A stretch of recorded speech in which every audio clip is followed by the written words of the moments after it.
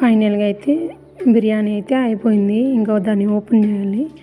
పక్కన అయితే చికెన్ కొద్దిగా కర్రీ కోసం అని పెట్టాను. ఇంకా చికెన్ కర్రీ అయితే స్టార్ట్ చేస్తున్నా. బిర్యానీ అయిపోయింది కాబట్టి ఇంకా చికెన్ కర్రీ, పెరుగు చట్నీ, బిర్యానీ చేస్తున్నా.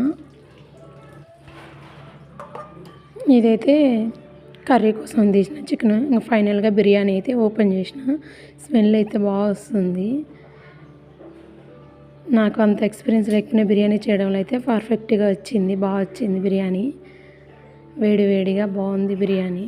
చూడ్డానికి బాగుంది, తినడానికి కూడా బాగుంది. ఏమంటే కొద్దిగా ఉప్పు తక్కువైతే అయింది. నేను ఉప్పు అనేది ప్రతి దాంట్లో తక్కువగానే తక్కువైతే వేసుకోవచ్చు, కానీ ఎక్కువైతే ఏం చేయలేం కాబట్టి నేను ముందుగానే కొద్దిగా తక్కువగా వేస్తాను అన్ని వాటిల్లో.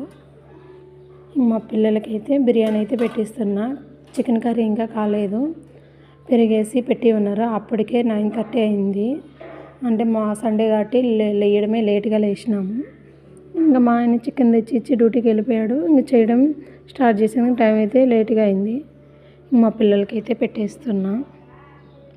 ఈ ప్లేట్లు కొత్త ప్లేట్లు మొన్ననే డీమార్ట్లో తెచ్చిన. చిన్న ప్లేట్లలో వద్దని కొద్దిగా పెద్దవి కావాలనేందుకు ముగ్గురికి 3 ప్లేట్లు తెచ్చినాను.